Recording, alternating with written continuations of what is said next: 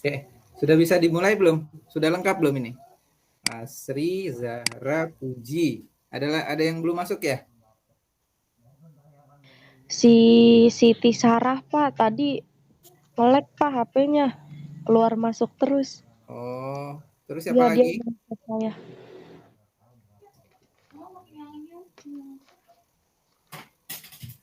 Terus siapa lagi yang belum? Zakia Pak. Zaskia. Terus siapa lagi ya namanya Mekar Sari kalau nggak salah Pak namanya. Apa ya? Ya, terus sama Zendi. Sandy ya. Ya, Zendi lagi kerja Pak Oh ya, kita di mana dia? di toko kayak toko makanan sama minuman gitu Pak. Oh, di mana? Jakarta juga. Bali. Oh, di Di Bali. Bali. Ya, dia tinggalnya di Bali. Oh iya. Ini teman-teman sudah pernah ketemu satu sama lain belum? Saya baru ketemu sama si Puji Tari, Pak. Oh, baru sama Mbak Uji. Oke.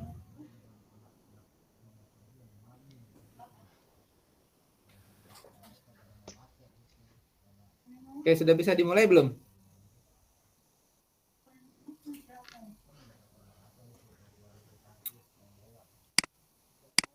Langsung dimulai Udah, saja, Pak. Pak. Oke. Gak apa-apa, Pak. Silakan. Ya. Oke. Terima kasih ya, Pak Alif ya. Oke, teman-teman semua, saya buka dulu. Assalamualaikum warahmatullahi wabarakatuh. Dipastikan dulu suara saya jelas ya. Iya, Pak. Saudara, Uji ya. Iya, Pak. Oke, jelas ya. Iya. Oke. Eh, kita akan masuk di apa namanya? Keselamatan pasien ya. Keselamatan pasien yang mana ini ada salah satu standar juga ya dari keselamatan pasien. Nah, di mana kita sekarang pertemuan ke 8 ya untuk materi ya. 9 sama UTS ya, benar ya? Suara saya jelas tidak? Slide-nya sudah terlihat belum? Sudah, Pak. Sudah ya? Iya. Oke. Ya, oke. Baik, saya buka lagi. Assalamualaikum warahmatullahi wabarakatuh. Selamat siang adik-adikku semua. Ya, semoga kita selalu dalam keadaan sehat dan semoga selalu dalam lindungannya ya. Semoga juga kita selalu diberikan kelancaran dalam setiap urusannya masing-masing maupun dalam urusan perkuliahan begitu ya. Dan semoga juga selama 3 tahun ke depan adik-adik dilancarkan urusan perkuliahannya begitu. Oke, sekarang kita masuk ke dalam salah satu manajemen keselamatan pasien ya atau pasien safety. Nah, di mana ya keselamatan pasien ini salah satu sasarannya itu adalah kepastian tepat lokasi, tepat prosedur dan tepat pasien ya, tepat pasien dan operasinya. Nah, ini ya kepastian tepat lokasi, tepat prosedur ya, di sini merupakan salah satu dari sasaran ya atau tujuan ya. Tujuan atau sasaran keselamatan pasien. Nah, sasaran atau tujuan keselamatan pasien. Nah, di mana kalau nanti adik-adik sudah menjadi seorang perawat ya, pasti nanti akan berhubungan dengan pasien ya atau kemungkinan dari salah satu teman-teman atau mungkin semuanya berada di ruangan OK. Nah, apa itu OK ya? Operation kamar begitu ya atau ruang operasi begitu ya. Nah, di sana akan banyak sekali tindakan-tindakan medis ya yang berupa ya dengan pembedahan. Nah, di mana pembedahan ini penuh dengan yang namanya resiko. Ya, penuh dengan yang namanya malpraktik nantinya ya. Kalau kita tidak bisa memberikan penata laksanaan secara maksimal. Gitu ya. Nah, atau kalau kita sebagai seorang perawat tidak bisa memanajerial tentang keselamatan pasien. Sehingga resiko-resiko cedera terhadap pasien, resiko-resiko kemungkinan sentinel event pada pasien atau KTD pada pasien itu kemungkinan saja terjadi. Kalau kita tidak tepat lokasi, ya, tepat prosedur, ya, tepat pasien. Ya, ini banyak sekali terjadi di dunia kesehatan ya, teman-teman. Nah, seperti apa tepat lokasi ini? Bagaimana kita menentukan atau menandai ya? Nah, setelah kita identifikasi melalui apa? Melalui proses anamnesis, melalui proses laboratorium dan sudah tahap dengan diagnosis medis, berarti sudah ada yang namanya lokasi yang akan ditentukan. Maka jangan lupa di dalam tepat lokasi ini harus kita identifikasi dulu. Ya. Setelah kita mengetahui dengan cara identifikasi, baru kita beri penandaan. Inilah yang dimaksud dengan sebuah tepat lokasi, ya. Sedangkan tepat prosedur ini berhubungan dengan yang namanya SOP nantinya ya, atau SPO ya. Apa itu SPO? Ini adalah standar prosedur operasional, ya. Jadi apa di sini biasanya ini sering disebut dengan panduan ya, sering disebut dengan yang namanya checklist ya, sering disebut dengan yang namanya arahan dan segala macam. Sehingga pasien yang kita lakukan operasi atau pembedahan itu sesuai dengan kriteria dan indikasinya dan tujuan dilakukan operasi itu apa? Ini jelas sekali sudah harus dilaksanakan dalam sebuah SPO ini, teman-teman ya. Nah, baru tepat pasien. Tepat pasien ini berhubungan dengan status pasien. Ya. Apa Pak Mirizal status pasien ini ya? Status pasien kan kita sudah tahu ya di di nurse station. Nah, biasanya dokter itu tidak bisa lepas dari nurse station. Kenapa? Setiap dokter akan melakukan tindakan medis ya. Setiap dokter akan melakukan tindakan medisnya, pasti dia akan tanya. Dia konsultasi juga dengan perawatnya. Ya, Mbak, ini sudah siap operasi belum ya, Mbak? Nah, itu biasanya dilakukan oleh dokter ya. Belum dok, bentar ya, sebentar lagi. Oke, saya tunggu ya, Mbak. Nah, itu dia berkonsultasi atau berkomunikasi kepada seorang perawatnya. Maka dari sini ya, dalam sebuah sasaran keselamatan pasien ditentukanlah, diwajibkan. Ya, adik-adik sekalian, nanti dalam penata laksanaan keperawatan, dalam penentuan khususnya untuk operasi, di dalam keselamatan pasien itu ada tepat lokasi, tepat prosedur, dan tepat pasien. Nah, ini ya yang harus kita ketahui sama-sama. Kalau tidak salah, ini ada di standar yang keempat. Sasaran keselamatan pasien yang keempat. Nah, ini contohnya adik-adik. Nah, ini rumah sakit mengembangkan satu pendekatan untuk memastikan tempat lokasi, tepat prosedur, dan tepat pasien. Ini wajib dilaksanakan oleh rumah sakit ya.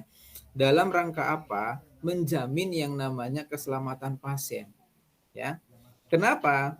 Kalau di dalam suatu manajemen ruangan itu sudah tidak ada pengembangan penjaminan keselamatan pasien, itu bisa dipastikan ya ruangan tersebut tidak melaksanakan yang namanya arahan kepada perawatannya untuk menjamin keselamatan pasien.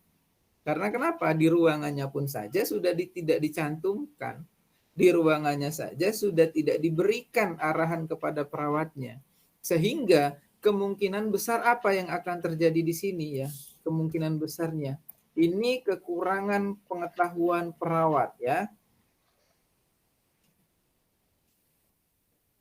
Kurang pengetahuan perawatnya tentang apa? Ya tentang ini, tepat lokasi, tepat prosedur, dan tepat pasien. Sehingga apa yang akan terjadi di sini kalau seandainya sudah kekurangan pengetahuan pada perawat, bisa terjadi sentinel event, bisa juga terjadi yang namanya KTD. Ya, ini yang harus kita waspadai. Sehingga dalam suatu manajemen rumah sakit, dalam manajemen keperawatan, dalam pelaksanaan keperawatan, maka memang wajib mengembangkan pendekatan ini. Dengan cara apa Pak Merizal ini dilakukan? Ya, teman adik-adik bisa melaksanakan sebuah pelatihan. Ya, jangan lupa nanti kalau sudah menjadi kepala ruangan ya adik-adik, jangan lupa untuk mengikutkan pelatihan karyawannya atau keperawatannya dalam pelaksanaan supaya mendapatkan yang namanya asuhan keperawatan yang profesional secara maksimal.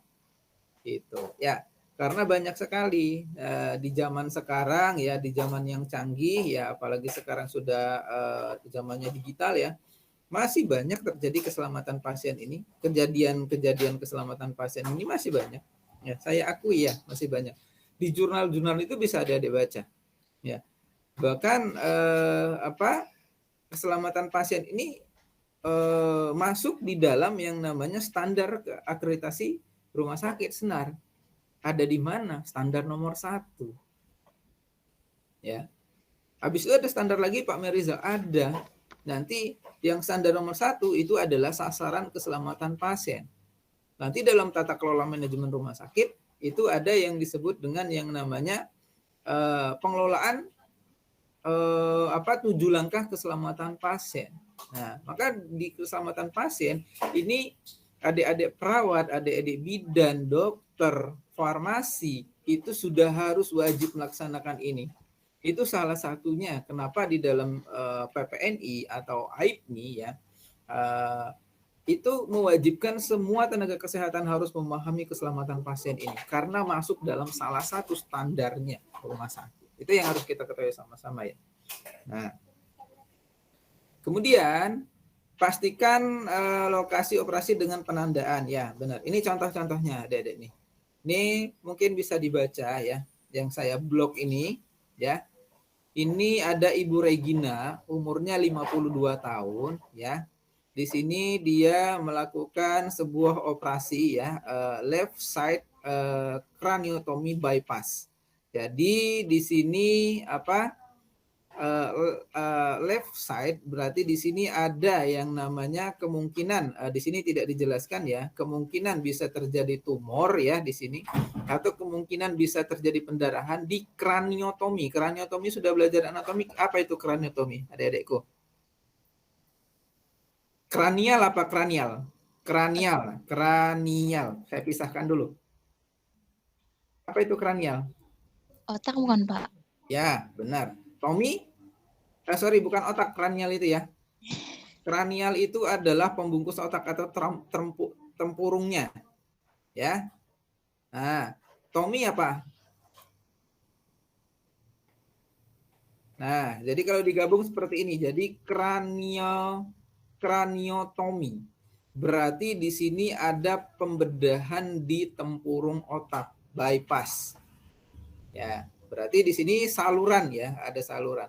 Nah, dioperasi di sisi kanan. Nah, sementara dia ada left side karena tim operasi tidak melakukan yang namanya time out.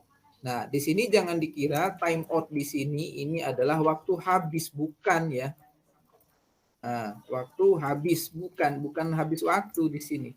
Tetapi time out yang ada di dalam keselamatan pasien yang harus dipahami oleh keperawatan ya, itu adalah jeda waktu sebelum melaksanakan operasi. Ya. Kenapa harus dilaksanakan jeda waktu? Jeda waktu dilaksanakan itu pada saat setelah persiapan alat. Nah, kenapa alasannya tadi dilaksanakan jeda waktu? Memastikan dulu sudah benar alat ya, sudah benar pasien, sudah benar tempat insisi yang akan dilakukan pembedahan atau ditandai tadi ya di sana. Nah, maka inilah yang harus adik-adik ketahui sebagai seorang perawat. Gitu. Jangan sampai nanti terjadi seperti ini ya. Dia harusnya dia mendapatkan pembedahan itu sebelah kiri, malah di insisi atau dioperasi sebelah kanan. Akhirnya terjadi apa? Ya di sini ya. Di sini ini ada Lawsuit excess surgeon of operating on wrong side of woman in brain. Nah, di sini ya. Jadi ada terjadi kesalahan pembedahan pada si Nyonya Regina ini. Akibat dari apa? Si dokter perawatnya tidak melakukan time out. Ini salah satu contoh. Time out di sini diartikan itu adalah mengkaji ulang jeda waktu sebelum melakukan operasi. Sudah tepat belum waktu insisi? Ini salah satu contoh. Nah, berarti ini bisa dipastikan malpraktek atau bukan? Bisa dipastikan malpraktek atau bukan? Malpraktek ya Pak ya? Praktek, jelas. Ya, siapa yang bertanggung jawab di sini? Dokter, perawat, atau siapa? Perawat. Dokter dan perawat, semua yang ada di terlibat dalam pembedahan ini. Dokter kan ada dokter anestesi, ada dokter bedahnya, ya kan? Perawat kan nanti di OK itu kan ada perawat operasionalnya, ya, ada perawat pelaksananya, ya kan? Nanti di sanalah yang harus kita pahami secara bersama. Ini salah satu contoh. Kemudian ada contoh lagi nih. Seorang veteran Angkatan Udara Amerika Serikat, ya, namanya Benjamin Houston, 47 tahun, terjadi pengecilan testis kiri di West Los Angeles VA Medical Center. Ini nama rumah sakitnya, ya. Nah, akibat apa? Salah satunya ya terjadi yang namanya ini adalah salah satu contoh keselamatan pasien. Ya, berarti di sini sudah terjadi kejadian yang tidak diharapkan, bahkan sudah menjadi sentinel event, ya kan? Karena apa tadi? Perawat dokter tidak menetapkan apa? Tepat lokasi. Perawat dokter tidak menetapkan apa? Tepat pasien, ya. Perawat dokter tidak menetapkan apa? Standar operasional prosedurnya atau SPO-nya. Nah, disinilah kenapa penting sekali dalam keselamatan pasien itu harus kita memanage. Apa yang kita manage kegiatan ini? Kalau kita perawat berhubungan dengan yang namanya pasien. Kita perawat berhubungan dengan yang namanya profesionalisme perawat. Kita perawat berhubungan dengan yang namanya asuhan atau tindakan keperawatan. Oke. Ini ada contoh kasus lagi. Nah, di sini jelas nih dikatakan ya. Operasinya salah insisi, salah sisi. Nah, ini jelas nih. Nah, pasien beware of wrong side surgeries. Nah, di sini ya. Sini bisa dilihat nih. Ya. Harusnya ya mungkin di sini dijelaskan operasi kalau sudah salah sisi ya berarti sudah dari awal di sini sudah bisa dipastikan yang namanya salah apa? Paling pertama yang harus diketahui dalam keselamatan pasien identifikasi. Karena identifikasi ini adalah mengetahui.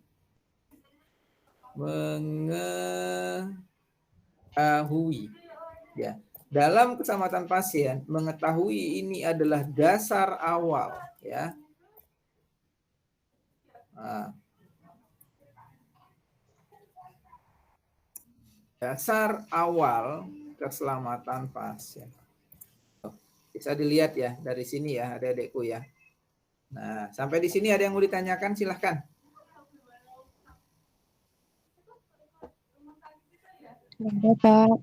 Tidak ada? Iya Pak. Baik, kalau tidak ada saya lanjut ya. Oke. Nah, ini ada yang namanya penyebab salah lokasi, salah prosedur, salah pasien pada operasi. Apa biasanya penyebabnya ya? Penyebabnya biasanya ini, sebarnya tidak ada. Ya. Sebarnya itu tidak dilaksanakan secara adekuat. Ya, sementara masih ingat tujuan sebar apa? Untuk menghindari terjadinya malpraktek ya Pak. Betul sekali, untuk menghindari terjadinya malpraktik satu. Kemudian apa lagi? Apa lagi tujuan sebar?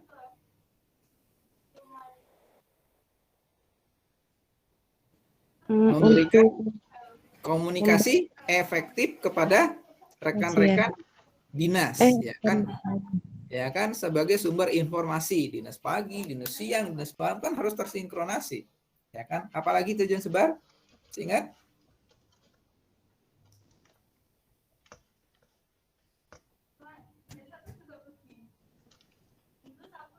Menetapkan pengambilan keputusan. Itu salah satu ya. Diagnosa gitu. Dalam gimana? Kayak ngambil diagnosa gitu ya, Pak ya? Ya, benar, Nentuin itu pengambilan keputusan. Nah, salah satunya sebar ya. Kemudian penyebab salah lokasi lagi, salah prosedur atau disebut di sini malpraktik, ini kurang atau tidak melibatkan pasien dalam penandaan lokasi. Nah, biasanya di sini kalau dulu saya sebutnya site marking ya. Ya. Biasanya saya kalau sudah misalkan operasi usus buntu ya pada pasien dulu. Sudah ditandain kan di bagian abdomen ya.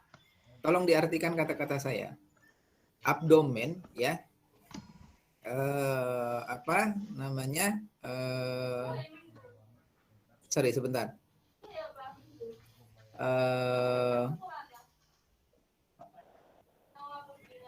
Ya, abdomen inferior dextra. Apa artinya? Sudah belajar anatomi kan?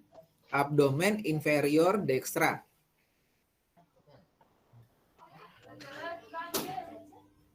Apa artinya? Abdomen apa? perut. Perut. Inferior? Apa ya? Aduh. Sudah belajar belum? Ada superior, inferior, posterior, anterior, dextra, sinistra. Sudah belajar belum? Udah. Sudah kan? Kayaknya Pak. Nah, apa tuh artinya? Inferior. Insisi ya, insisi abdomen inferior dextra. Ya, diagnosanya appendicitis. Tolong diartikan apa artinya?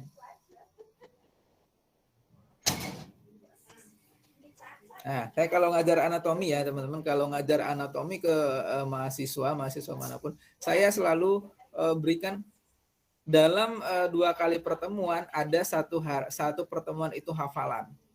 Ya, hafalan apa? Salah satunya pembagian yang namanya bagian-bagian tubuh, bagian-bagian tadi ya, ada superior, ada inferior, ada anterior, ada posterior, dextra, sinistra. Nah, kemudian hafalan lagi ada jantung. Jantung itu ada apa aja? Kita harus hafalkan untuk menentukan salah satu lokasi ya kan? Yang nantinya akan berhubungan dengan prosedur. Misalkan jantung dibagi menjadi, sudah anatomi jantung sudah belum? Sudah, Pak. Sudah, baru nanti akan saya jelaskan slide marking ini. Kalau teman-teman apa? Anatomi jantung, apa yang ingat? Apa yang ingat? Ayo. Anatomi jantung. Baru nanti site marking ini bisa dilaksanakan kalau anatomi jantungnya sudah bagus. Bukan anatomi jantung saja, anatomi yang lain sudah bagus.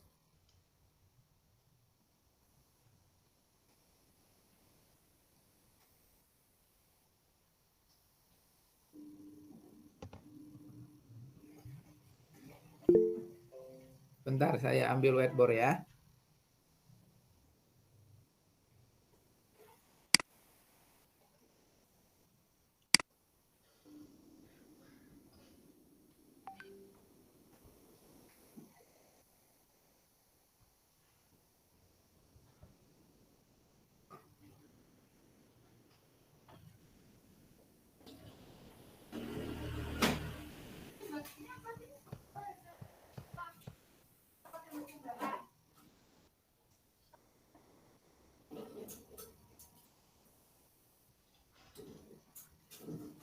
Nah, whiteboardnya sudah kelihatan belum?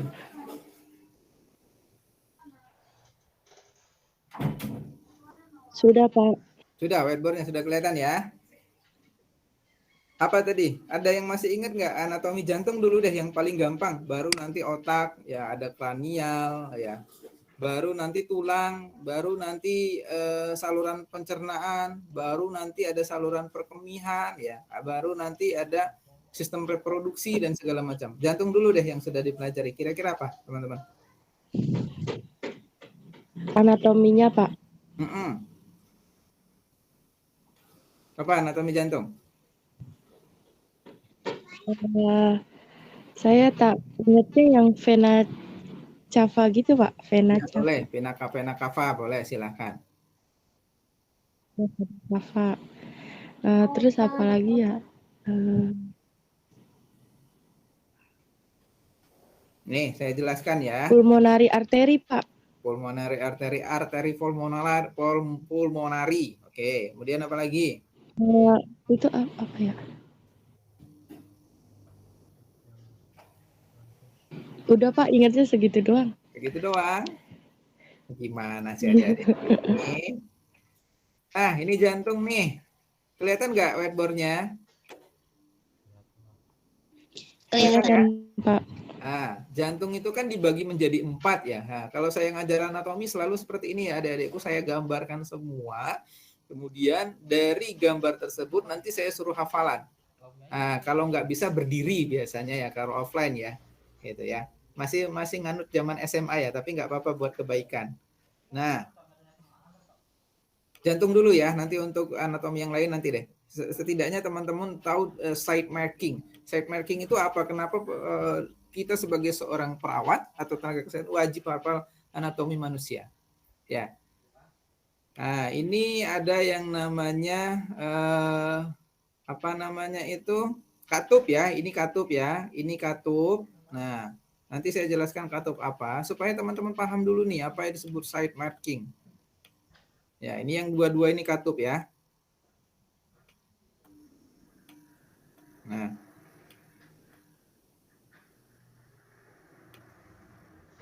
Oke. Nah, tadi yang dijelaskan apa? Ada vena cava ya. Ini namanya vena cava. Nah. Ini pena. Pena itu apa pena, teman-teman? Pena itu apa? Pembuluh. Pembuluh darah yang membawa Darah. CO2. Ini vena cava. Nah, batas ini vena cava. Vena cava superior. Berarti vena cava superior ini adalah pembuluh darah yang membawa darah yang sudah bercampur karbon dioksida dari bagian tubuh bagian atas menuju ke jantung. Nah, ini namanya anatomi salah satu ya. Kalau yang ini apa? Yang bawah. Apa yang bawah? Vena cava inferior. Inilah inferior, berarti bawah, nyambung ke abdomen. Abdomen inferior dextra. Nah, dapat kan? Berarti abdomen bagian bawah dulu, dextranya belum ketahuan nih teman-teman. Ya, berarti apa nih vena cava inferior? Vena cava inferior itu adalah pembuluh darah vena membawa darah yang bercampur karbon dioksida dari seluruh bagian tubuh bagian bawah menuju ke jantung. Masuklah si darah ke dalam katup ini ya, namanya katup apa namanya katup ventricle ya. Nah, ya. Inilah yang disebut dengan apa di sini? Ventricle. Ventricle apa di sini namanya? Masih ingat nggak adik-adik? Ventricle apa? Dextra. Inilah yang namanya ventricle kanan. Ya, darah masih bercampur karbon dioksida CO2. Nah, darah tersebut masuk ke atrium, ya, dextra, ya, melalui katup apa namanya ini? Ayo, yang baru belajar anatomi jantung, katup tricus pidal. Nah, dari atrium barulah menuju paru-paru. Ini paru-parunya nih. Sebelah kanan kiri paru-paru. Melalui apa tadi pembuluh darah yang sudah dijelaskan? Ini nih katupnya. Katup pembuluh darahnya. Ini ada jantung nih. Ada paru-paru nih. Nanti ada pembuluh darahnya dibagi menjadi 2 lagi di sini. Pembuluh darah apa tadi? Vena Vena pulmonalis. pulmonalis. Kalau yang sebelah kanan, vena pulmonalis apa? Arteries. No. Vena pulmonalis dextra. Baru Dextra. ini vena pulmonalis sinistra. Sinistra kiri. Barulah di sini terjadi pertukaran CO2 menjadi O2, apa O2 menjadi CO2. Pertanyaan saya. Itu harus teman-teman paham untuk menjamin keselamatan pasien. Saya review dikit ya anatomi ya, supaya nanti site markingnya itu tidak salah dalam melaksanakan insisi. Ya, terjadi pertukaran O2 menjadi CO2 atau CO2 menjadi O2 di dalam paru-paru. Tepatnya di alveoli. Ayo. Kan tadi di sini kan baru CO ya kan? Nah, CO berarti CO2 menjadi O2. Barulah dari vena ada arteri pulmonalis. Arteri pulmonalis dextra dan sinistra membawa O2 menuju ke ventricle sinistra. Nah, di sini sudah di jantung bagian sebelah kiri ini sudah darah bersih kalau kita sebutnya, atau darah yang sudah diperkaya dengan oksigen menuju atrium sinistra melalui katup apa ini? Katup apa? Saya itu lulus kuliah 2011, masih ingat loh sampai sekarang loh, adik-adik. Katup apa ini? Katup mitral. Nah, ya kan? Nah, mitral. Barulah di sini dari atrium menuju katup. Nah, di sini adalah atrium. Nah, di sini apa? Ada dua pembuluh darah besar di sini apa, Dede? Aorta. Kalau tadi vena CO2, sekarang sudah aorta, berarti O2. Ada aorta ascendent ya. Aorta ascendent membawa darah dari atrium ya, dari jantung menuju ke seluruh tubuh bagian atas sampai ke otak. Barulah di sini ada aorta descendent membawa pembuluh darah dari jantung ke seluruh tubuh bagian bawah. Nah, ini kalau saya ngajar kuliah, saya suruh hafalan ini. 1 minggu menghafalkannya. Kalau nggak hafal berdiri. Tuh, ya. Barulah kita bisa menentukan yang namanya apa tadi? Site marking.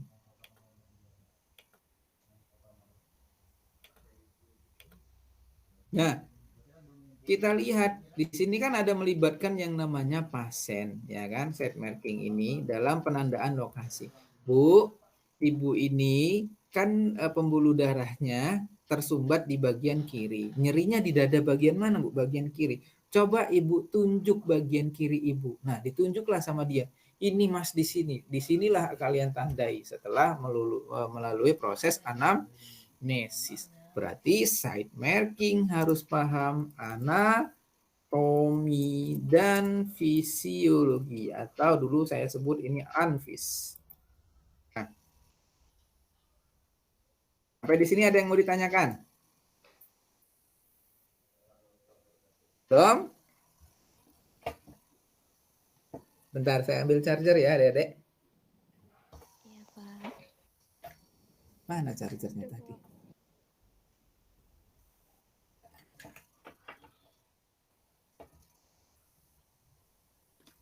Nah, ayo.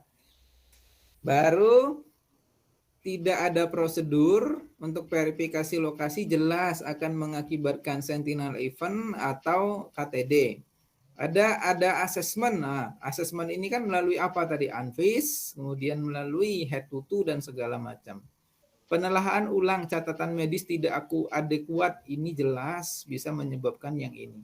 Dan sampai ke 8 ini adalah pemakaian singkatan yang tidak jelas juga. Ini juga dapat mengakibatkan ini. Inilah penyebab salah satu dari malpraktek kalau adik-adik mau tahu. Nah,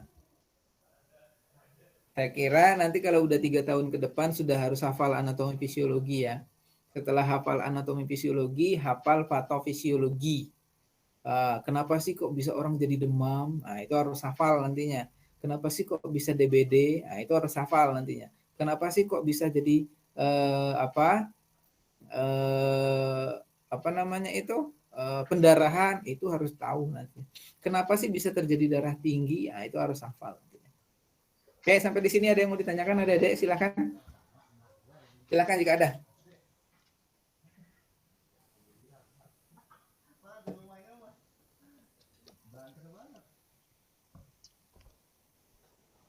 Halo, tersambung? Iya, Pak. Belum ada yang ditanyakan?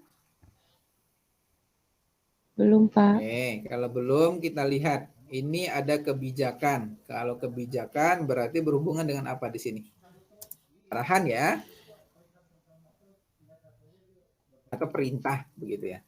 Nah, di sini yang harus dibuat oleh rumah sakit dan oleh perawat dalam keselamatan pasien ini ada penandaan dilakukan pada semua kasus termasuk sisi literality, jari tangan, jari kaki, lesi ini lecet ya, atau multiple level tulang belakang dan segala macam. Ini harus dibuat kebijakannya.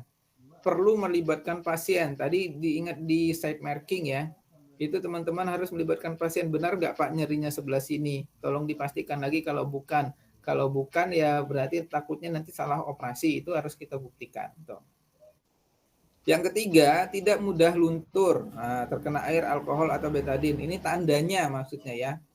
Ballpoint-nya atau tanda melakukan inspeksi itu tidak boleh luntur. Mudah dikenali. Nah, biasanya ada warna-warna sendiri ya, teman-teman, tergantung kebijakan rumah sakitnya. Ya. Kemudian digunakan secara konsisten di rumah sakit. Iya. Dibuat oleh operator orang yang melakukan tindakan. Siapa di sini yang dimaksud ya? Yang dimaksud di sini adalah dokter dan perawat. Supaya paham nanti. Yang kemudian dilaksanakan saat pasien terjaga dan sadar. Nah, jika memungkinkan harus terlihat sampai saat akan disayat. Memastikan untuk inform consent juga di sini. Ya.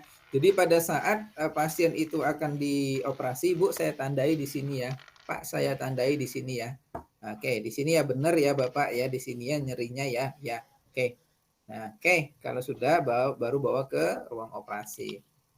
Nah, setelah di ruang operasi dijelaskan, Bapak tandanya sudah benar, itulah time out. Namanya time out, mengkaji ulang ya. Menyiap alat yang sudah disiapkan itu sudah sesuai belum dengan standarnya. Ya, oke sudah sesuai. Oke, kalau sudah sesuai, kami bius ya Bapak Ibu. Ya, dah langsung blek. Biasanya 1 menit setelah dibius itu pasien sudah tidak sadarkan diri. Gitu. Ya, ini salah satu kebijakan yang harus dibuat. Ini buatlah ini. Nanti kalau ada perawat yang melaksanakan penandaan dengan pasien masih tertidur itu ditegur. Salah satunya karena apa? Usahakan pasien tersadar. Ya, kalau pasiennya masih kompos medis. Tapi kalau pasiennya sudah koma, ya berarti sudah tidak bisa ya. Kita ajak keluarganya untuk menandai tersebut ya, supaya memastikan kembali. Oke. Tapi Pak, boleh, Pak, silakan. Kalau misalkan dia nggak ditungguin keluarganya, terus dia juga belum sadar, jadi kita nunggu keluarganya atau gimana Pak? Apa nunggu dia sadar baru ngelakuin tindakan gitu? Oke, ini pertanyaan bagus. Kan di status pasien ada telepon keluarga. Kita konfirmasi by phone. Ya, biasanya itu yang dilakukan kalau keluarganya, Mbak saya nitip dulu ya, nanti jam 12 saya kesini, sementara operasinya kan jam setengah 11. Ditelepon, dia pulang jam 8, jam 9 ditelepon, jam setengah 10 telepon. Bu, ini sudah mau dioperasi, tolong datang ke sini dulu untuk inform konsen. Itu biasanya. Ya. Bisa dipahami? Oh iya bisa Pak, makasih Pak. Jadi kita harus by phone, gitu. Tetap harus konfirmasi. Kecuali kalau sudah tidak ada anggota keluarga ya berarti harus ada saksi. Saksinya siapa? Bisa dari perawat itu sendiri, bisa dari dokter lain, atau bisa dari orang yang dianggap memenuhi standar kualifikasi saksi. Ya. Oh, itu gunanya buat apa Pak? Oke, itu gunanya pertama kan kita inform consent. Dalam setiap tindakan itu adalah ada yang namanya inform consent. Inform consent itu adalah sebuah lembar persetujuan. Nah, persetujuan itu dibuktikan kalau nanti terjadi malpraktik kita sudah inform consent dan sudah sesuai dengan penata laksanaan keperawatan. Tuh. Jadi pahami ya? Oh iya Pak. Nih, saya lanjut. Ada identifikasi masalah. Identifikasi teman-teman sudah tahu ya, identifikasi itu kita mengetahui, memahami, mengenali ya dan segala macam. Jadi di sini apa yang harus kita identifikasi? Kalau tidak tepat lokasi, maka kesalahan dalam menulis rekam medis suatu, membaca atau foto ronsen. Nah, ini tidak tepat lokasi. Nah, makanya apa?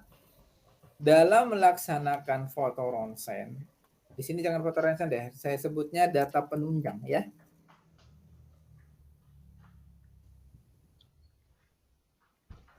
Data penunjang ini ya foto ronsen, yaitu ada laboratorium, pemeriksaan darah dan segala macam. Nah, di sini kalau kita tidak bisa membaca ya maka kemungkinan akan terjadi ini. Ini maksudnya. Tidak tepat lokasi operasi, ya. Kemudian kualitas SDM-nya, tim OK-nya juga harus diperhitungkan. Ya. Ini tim OK memenuhi kualifikasi enggak? Sudah sering pelatihan belum? Nanti teman-teman itu pasti diminta pelatihan oleh rumah sakit ya. Untuk apa? Pelatihan ya untuk meningkatkan kompetensi. Gitu. Nah, kalau tim OK-nya sudah tidak memadai, tidak sesuai, kemungkinan akan tidak tepat prosedur. Tuh. Karena apa? Kekurangan pengetahuan. Ya. Kemudian, kualitas tenaga medis terutama koas atau residen yang kurang baik. Ini juga mengakibatkan yang namanya tidak tepat prosedur. Ya. Perawat, dokter itu banyak yang tidak memahami tentang teori, anatomi, fisiologi, patofisiologi, medical bedah, dan segala macam. Maka dari itu, kalau ini terjadi, ya kemungkinan ini tidak tepat prosedur. Masa iya orang operasi patah tulang ya, yang tadinya patah tulang di tibia dan fibula, masih ingat itu tibia fibula apa? Sudah belajar anatomi tulang belum? Sudah belum? Rangka biasanya pertemuan pertama, pertemuan kedua, pertemuan ketiga biasanya rangka itu. Koloskeletal. Sudah belajar belum? Ya. Masa iya pasien kita yang tibia dan fibula dioperasinya di femur itu kan sudah tidak tepat prosedur, ya kan? Nah, itu ya. Tidak tepat pasien karena kenapa? Perawat itu salah identifikasi karena nama pasiennya sama. Maka dari itu harus dikasih nama. Ya, kalau ada namanya yang sama, ya berarti gunakanlah ada pasien misalkan pasien B, B-nya B2 atau B-nya B3 begitu dikasih nama. Kalau ada nama panjang ya nama panjang, maka dari itu gunakanlah. Kalau namanya yang satu ini agak susah, misalkan Sudirman. Di ruangan sebelah Sudirman juga, nggak ada kepanjangannya. Maka dinamakanlah Sudirman 308, Sudirman 302. Tuh, ya, itu harus disesuaikan ya. Atau boleh alamatnya. Ini Sudirman Gamping bukan? Nah, ini Sudirman Mejing bukan? Nah, itu salah satunya ya. Oke.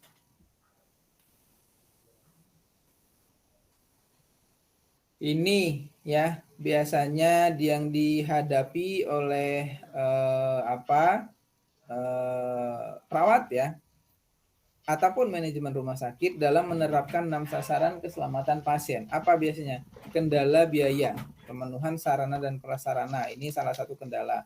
Terbatasnya tenaga medis anestesi juga sama. Dapat mengakibatkan yang namanya apa? Tidak tepat prosedur, tidak tepat lokasi, tidak tepat pasien. Biasanya seperti itu. Kemudian belum adanya kebijakan tentang CSSD. CSSD ini adalah ruangan sterilisasi ya. Central Safety Sterilisasi ya. Ini tentang sterilisasi. Kemudian SDM juga ya. Belum ada pendataan atau record tentang kekurangan dan kesalahan di OK. Ini dapat menyebabkan masalah yang dihadapi oleh pihak rumah sakit atau pihak dari perawat tersebut. Kemudian apa Pak untuk menilai aspek teknis operasi itu supaya berjalan dengan lancar? Kegiatannya itu ini, audit klinik harus berjalan dengan baik.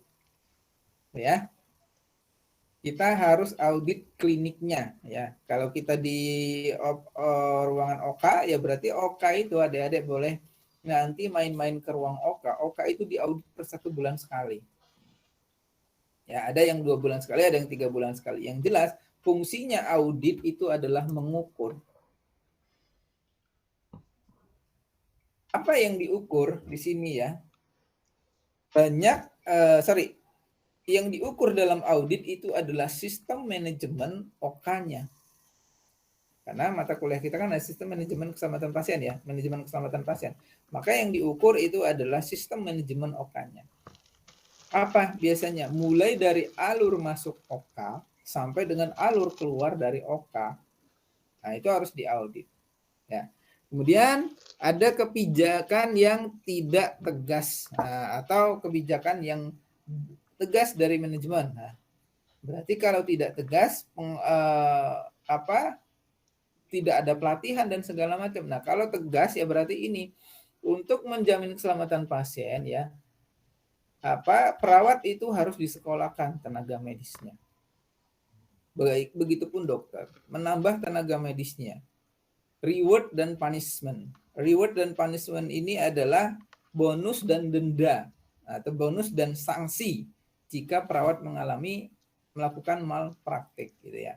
Makanya kalau teman-teman punya teman nantinya bekerjanya di ruang OK, gajinya gede di OK itu. Ya. Kalau di Jakarta itu teman saya namanya Aji ya. Aji itu di ICU ya. Di ICU di rumah sakit RSUD Pasar Minggu.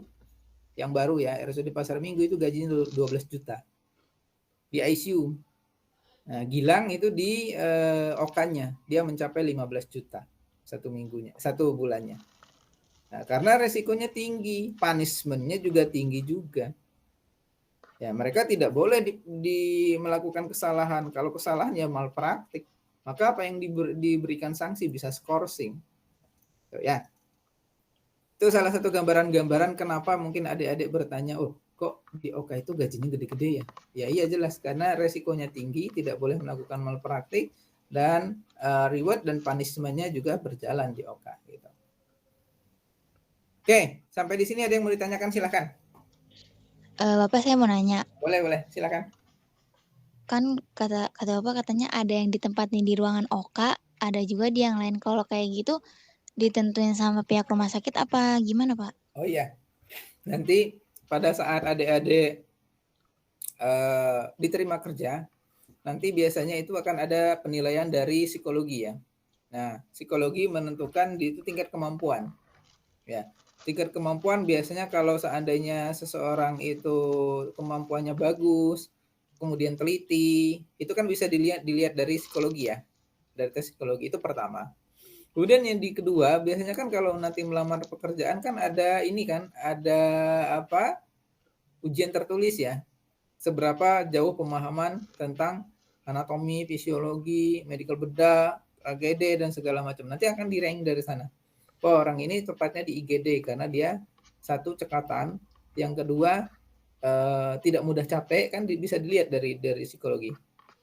Yang ketiga orangnya cepat dan segala macam, jalannya cepat ya, gancang ya kalau orang Sunda ngomongnya ya. Oh ini tepatnya di IGD gitu. Kalau orangnya teliti, paham anatomi, fisiologi, kemudian paham lagi yang namanya patofisiologi, biasanya penempatannya OK gitu. Kalau orangnya pintar-pintar hitung-hitungan, nanti penempatannya ICU. Nah, itu. Kalau orangnya biasa-biasa saja, biasanya penempatan rawat inap gitu. Jadi ditentukan dari sana ya. Iya Pak, terima kasih Pak. Nah, jadi kalau mau bekerja di IGD, pahamilah yang namanya konsep kegawat daruratan. Kalau mau bekerja di OK, ya salah satunya dipahamilah yang namanya keselamatan pasien, keselamatan anatomi, fisiologi, medical bedah. Nah, itu pahamilah hal-hal seperti itu. Kemudian jangan malu-malu atau jangan terfokus hanya di perkuliahan. Cari webinar, nanti ikut webinar, nanti akan ketahuan di sana. Ya, oh ternyata saya cocoknya di perawatan anak, misalnya. Karena kenapa saya senang sekali dengan anak tidak jadi masalah. Wah ternyata saya senang sekali dengan psikologi. Kalau psikologi nanti ngambilnya ke perawatan jiwa saja bisa nantinya ya. Karena apa? Teman-teman saya ada beberapa orang ya yang kerja di rumah sakit jiwa ya, biasanya PNS ya. Itu yang dulunya kurus kering ya, zaman kuliah sama seperti saya kurus, setelah kerja di jiwa jadi gemuk. Ya, kenapa? Tempat rumah sakit jiwa kan biasanya di gunung-gunung ya. Udah gunung, kerjaan yang lihat orang ketawa ketiwi, yang jiwa ketawa, perawatnya juga ketawa. Jadi bingung yang mana yang jiwa ya. Akhirnya apa? Ya karena senang ya otomatis fisiologi tubuh juga akan pertumbuhannya juga akan semakin cepat. Nah, itulah salah satunya. Bisa dipahami nggak kira-kira sampai di sini? Jadi ditentukan ya oleh prestasi Anda sendiri, gitu ya. Iya, Pak. Ada lagi silakan.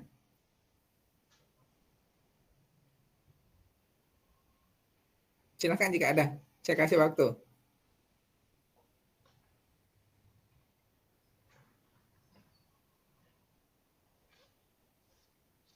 Untuk UTS sudah tahu nilainya ya?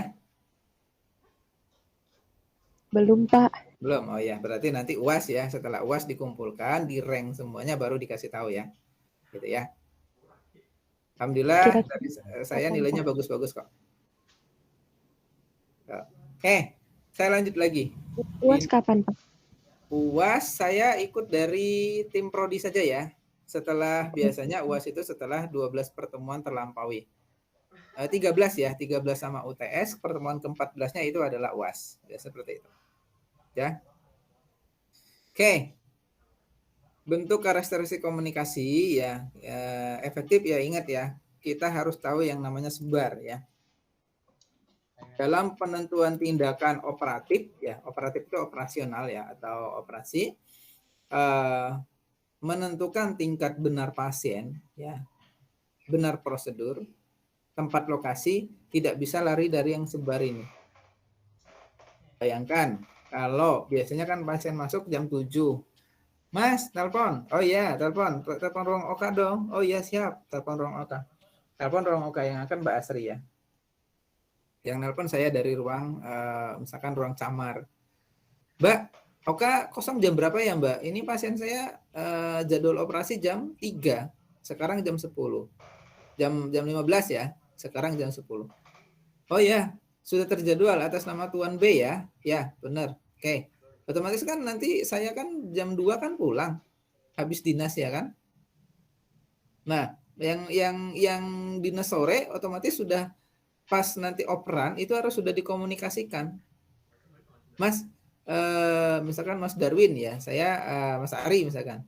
Jadi sudah konsultasi ke ruangan OK, nanti masuk pasien Tuan B itu masuk jam 2:30 ya, karena operasinya jam 3.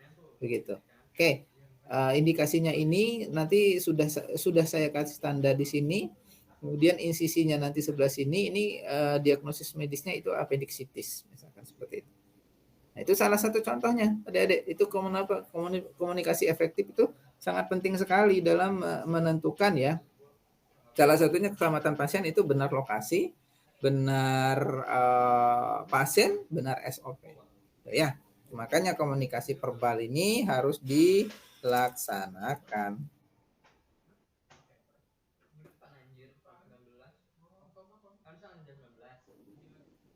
Dilaksanakan. Ya. Kemudian arti denotatif dan konotatif itu tolong dihindari ya. Karena apa? Dapat menyebabkan miskomunikasi nantinya.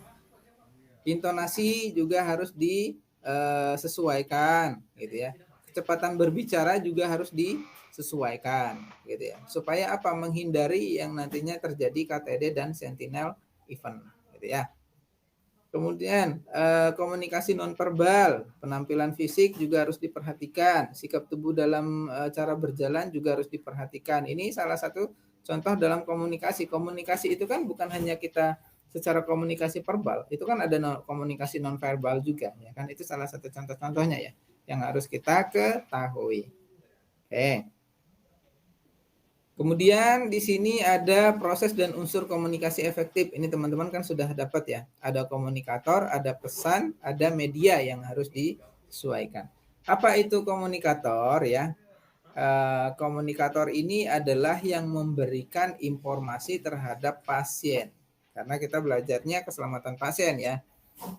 Siapa itu komunikan? Komunikan itu adalah yang menerima informasi dari komunikator.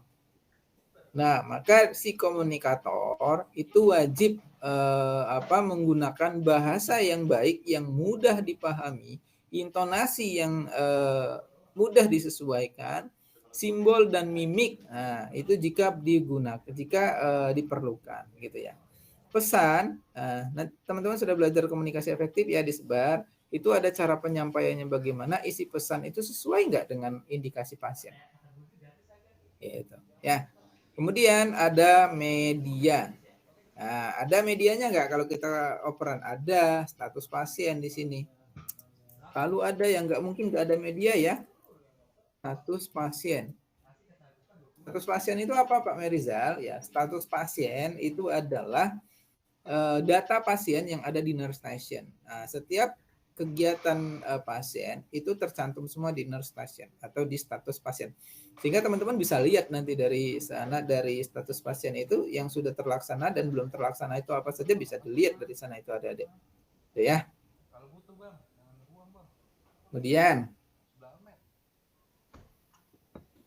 perhatikan gangguan yang mungkin akan menghambat proses komunikasi. Itu ya.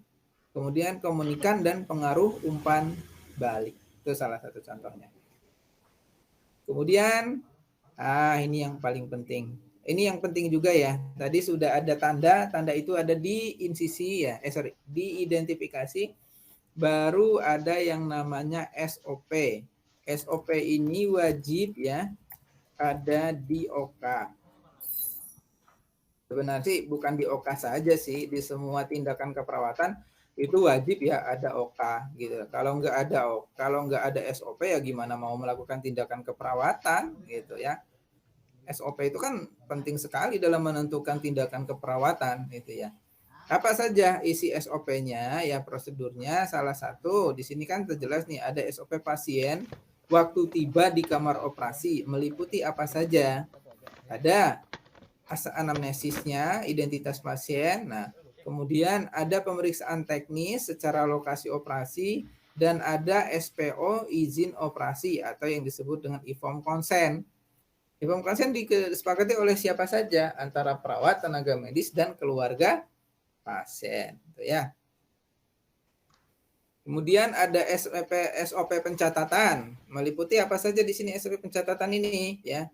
Ya, ini kalau ada kecelakaan dan kegagalan juga harus ada pelaporan kepada yang pihak berwenang. Ini SOP operasi ya. Nah, SOP malpraktik itu juga ada. Kemudian SOP penjadwalan pasien. Ini kan ada terkait dengan jadwal pasien ya atau kontrak pasien. Kontrak pasien dengan OK saya sebutnya dulu ya, jadwalnya itu ya.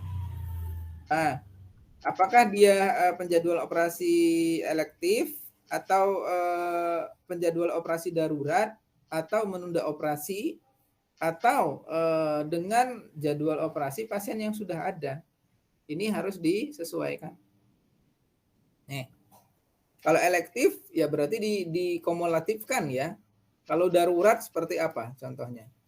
Ada pasien datang ya kan dari dibawa ambulan kecelakaan sehingga harus dilakukan operasi. Nah, itu harus namanya operasi darurat. Maka dalam rumah sakit itu ya ada jenis-jenis ruang operasi yang bisa digunakan secara darurat. Gitu ya. Atau pasien yang menunda operasi atau penjadwalan pasien yang sudah ada, ini harus ada SOP-nya. Semua ini harus tercantum SOP-nya. Tuh ya. Kemudian ada lagi yang namanya SOP tentang sarana dan prasarana atau alat bahan yang sudah sesuai dengan operasi. Ini harus ada SOP-nya. Ini berbentuk form ya nantinya ya. Kemudian ada SOP laporan operasi ya, ada SOP pengendalian inspeksi, ada SOP pemeliharaan, perbaikan alat di kamar operasi, ada SOP pelayanan anestesi. Nah, jadi intinya dari yang saya jabarkan ini ya, yang saya jabarkan ini semua kegiatan yang berhubungan dengan pasien itu harus ada SOP-nya masing-masing. Tuh. Bagaimana Pak kalau tidak ada SOP-nya? Lah, gimana mau melaksanakan operasi kalau arahan SOP-nya udah nggak ada? Otomatis apa? Kalau ada terjadi malpraktik, ya jelas itu bisa dikenakan sanksi pidana. Gitu. Tapi kalau sudah ada SOP, setidaknya tenaga kesehatan, tenaga medis itu ya melakukan tindakan medis itu sudah sesuai dengan arahan. Arahan apa di sini? Arahan SPO atau standar prosedur prosedur. Siapa yang membuat ini Pak Merizal? SOP ini adalah tim. Siapa timnya? Semua yang ada di ruangan OKA. Kalau ini membahasnya OKA. Tapi kalau seandainya ini membahas ruang mawar, itu ruang inspeksi ya, atau ruang inspeksi paru, ya itu adalah tim mawar yang membuat gitu. Jadi SOP ini disarankan wajib dibuat oleh semua ruangan yang ada di rumah sakit tersebut. Oke, sampai di sini ada yang mau ditanyakan, silahkan. Ada? Enggak, Pak.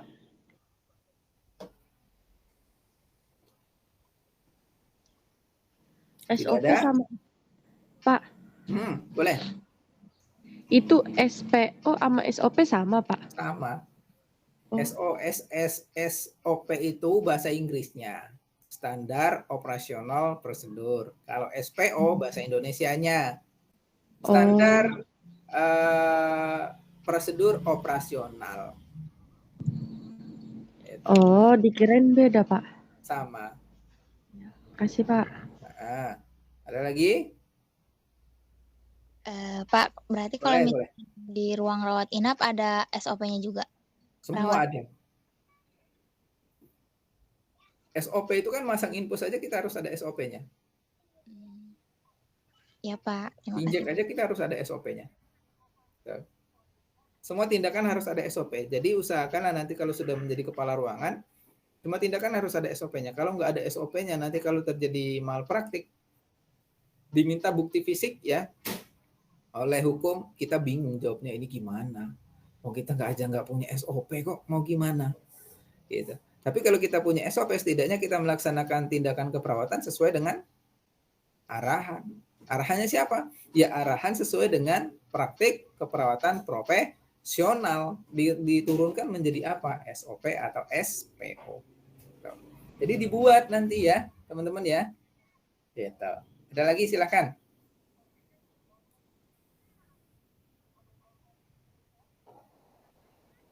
Ada lagi? Tidak, Pak. Nggak ada. Kalau nggak ada, saya lanjut sebentar lagi ya. Iya, Pak. Nah, ini contoh penandaan atau identifikasi. Nah, kalau ini contoh sederhana ya, ini nih di sini dilakukannya operasi gitu di tanda yes itu. Ya, itulah contoh penandaan operasi. Ini kan contoh kecil saja ya, kalau tadi abdomen, pertanyaan tadi abdomen dextra, abdomen apa namanya? Inferior dextra tadi ya, tempatnya di mana? Perut kanan bagian bawah. Tuh jawabannya tadi. Terus untuk penandaannya bisa bebas atau gimana, Pak? Bebas saja, yang jelas kan ada tanda di sini lakukan operasinya. Oh, gitu. Gitu. Ya, sehingga dokter atau tenaga keperawatan di dalam ruang OK tuh sudah tahu. Gitu. Oh, di sini ruang operasinya. Tapi ingat, melakukan penandaan itu kita usahakan pasien sadar. Kalau pasiennya jangan tidur. Kalau pasiennya masih tidur, ya kita bangunkan dulu, biarkan dulu dia istirahat 5 menit ya. Baru setelah dia istirahat 5 menit atau sudah bisa diajak komunikasi ya, Bu, kita lakukan operasi penandaan dulu ya buat nanti jam 2 gitu ya. Gitu ya. Iya, Pak. Kalau misalkan nggak sadar kenapa, Pak? Tadi kalau seandainya tidak sadar, dikhawatirkan ketika terjadinya sudah dilaksanakan pasca operasi, ada kejadian sentinel event, maka kita bisa dituntut. Karena apa? Tidak ada informed consent. Kita mau informed consent sama siapa kalau pasiennya tidak sadar? Oh iya benar. Nah, kalau pasiennya tidak sadar, boleh melakukan operasi, tapi tetap harus informed consent kepada siapa? Ya tadi kepada keluarganya, ya kan kalau ada gitu. Tapi kalau seandainya tidak ada keluarganya, ya anggaplah dia seorang diri, ya misalkan sebatang kara, ya berarti diusahakan harus ada saksi yang melihat, gitu, ya. Bisa direktur rumah sakit itu bisa kok jadi saksi, gitu, ya. Iya Pak.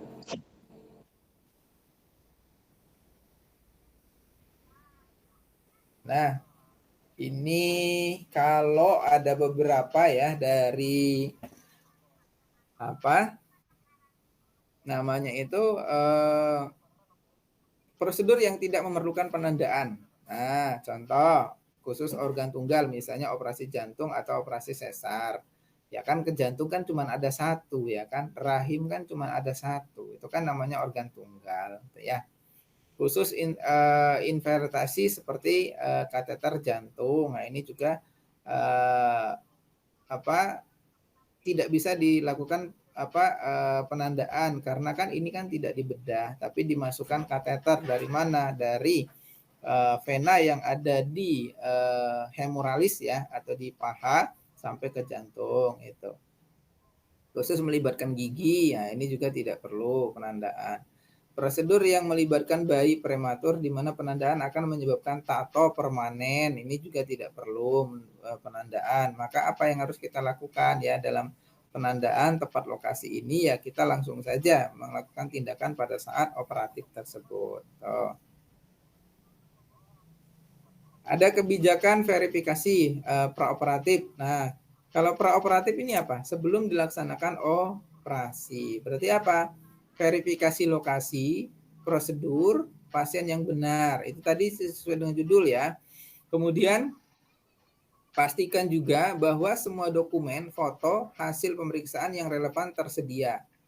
Diberi label dan dipampang dengan baik gitu. Kemudian verifikasi ketersediaan ya. Apa ketersediaan? Peralatan kasus, kemudian inflan kalau ada ya. Kemudian tahapan time out. Nah, ini baru setelah semua diverifikasi, prosedur sudah lengkap, pasiennya sudah benar ya. Kemudian dokumennya sudah ada, foto ronsen atau apa hasil pemeriksaan fisik sudah relevan. Verifikasi alat-alat ya, sarana dan prasarana alat operasi sudah lengkap, baru masuk tahap kedua adalah time out. Ya. Time out ini mengevaluasi kembali atau mengkaji kembali untuk memastikan kekeliruan, untuk memastikan tepat tindakan, untuk memastikan keseluruhan tim operasi. Tuh. Langkah pertama, semua alat sudah siap nih dok. Oke, kita laksanakan ya sus ya. Brother itu kan untuk panggilan perawat laki-laki ya di rumah sakit. Oke siap. Dok, kita time out dulu deh. Kita cek ulang. Oke, tim anestesi mana? Ini sudah siap anestesi. Berapa mili yang diberikan? Sudah. Ini siap. Oke, ini siap ya. Oke, siap. Inilah yang namanya time out. Barulah laksanakan surgical dengan safety checklist ya. Barulah kita laksanakan proses operatif melalui apa? Melalui panduan-panduan yang ada di dalam pasien tersebut. Ini contoh nih. Contoh time out. Konfirmasi anggota tim yang tadi saya sebutkan. Anestesi mana? Saya dok. Oke.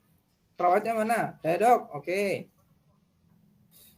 Perawat sudah siap? Siap. Anestesi sudah siap? Siap. Nah, konfirmasi lagi nama pasien. Ini pasiennya benar ya, pasien Tuan B ya. Oke. Nah, antibiotik yang diberikan benar nggak? 60 menit sebelumnya sudah diberikan belum antibiotik? Sudah dok, tadi di ruangan. Oke. Nah, itu. Ini time out namanya. Tuh ya. Barulah di sini antisipasi kejadian kritis kita laksanakan. Apakah langkah berapa lama kemudian itu ada blood loss kemungkinan blood loss atau kemungkinan darah yang akan hilang. Dokter anestesi apa ada pasien spesifik kanker atau tidak ada, barulah perawat di sini sterilisasi dan instrumen. Nih, antisipasi kejadian kritisan. Nah, berarti kemungkinan terjadi kritis ya. Nah, kemudian ada imaging yang diperlukan sudah dipasang. Oke. Inilah yang dimaksud dengan time out. Baru terakhir itu adalah sign out. Nah, jadi gambarnya seperti ini. Ya, gambarnya seperti ini. Ini checklist keselamatan pasien operasi tindakan invasif. Misalkan gitu ya. Nama pasiennya ada, rekam mediknya apa, siapa saja pelaksanaannya. Di sini ada desain ya, desain ini sudah memastikan ya semua dikaji anamnesis sudah berjalan dan segala macam. Time out kita memastikan kembali, barulah desain out ya. Di sini time out, disinilah melaksanakan kegiatan-kegiatan operatif. Inilah sign out-nya. Perawat melakukan konfirmasi secara verbal bersama dokter anestesi. Nama prosedurnya dijelaskan, instrumen atau verbanya juga dijelaskan, spesimennya sudah dapat ya. Spesimen ini laboratorium ya. Sudah sesuai dengan identitas. Ada masalah peralatan yang harus ditandatangani jika ada. Kalau tidak ada ya sudah, langsung aja operasi. Inilah yang dimaksud dengan standar 4 ya, ketepatan lokasi, kemudian standarnya sudah tepat, pasiennya sudah tepat. Ini dalam standar keselamatan pasien ini wajib harus dipenuhi. Syaratnya ya, perawat harus wajib memahami teori dasar kebutuhan dasar manusia, anatomi fisiologi, patofisiologi, asuhan keperawatan dan lain-lain. Ini dia. Oke, sampai di sini adik-adikku ada yang mau ditanyakan? Masih ada waktu Pak, kurang 8 menit, silahkan. itu Pak yang tadi contoh surat itu yang isi perawat atau dokternya Pak? Yang ini. Iya. Semua. Apa Pak? Semua anggota tim. Boleh perawat, boleh dokter, boleh anestesi. Oh, berarti nggak mesti perawat gitu ya Pak? Enggak. Semua kan kita nanti saya menjadi tim kan. Misalnya ini yang nanya siapa? Mbak Puju kan? Mbak Sri. Maksudnya kayak dokter boleh nggak wajib perawat yang ngisi gitu ya Pak? Boleh siapa saja. Yang jelas ini kan untuk satu pasien. Yang memberikan perata laksanaan pasien kan tim nantinya. Ada tim dokter, tim perawat, dan tim yang lainnya. Itu yang kayak gitu cuma untuk pasien yang operasi Pak. Kalau pasien yang kayak pasien yang dirawat biasa gitu nggak dapat kayak ginian Enggak. Pak? Ini hanya untuk operasi karena dia judulnya itu adalah checklist keselamatan operasi tindakan invasif misalkan. Gitu. Berarti di sini sudah berhubungan dengan tindakan medis pembedahan ya di sini ya. Iya Pak. Ada lagi?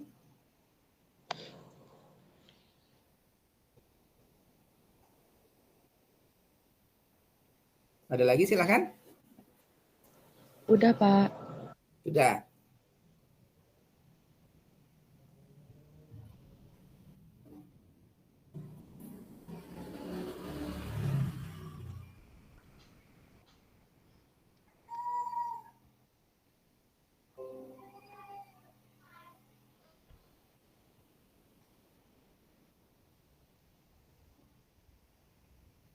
Oke. Kalau tidak ada yang ditanyakan, nah ini adik-adik sudah mulai paham belum yang dimaksud dengan keselamatan pasien?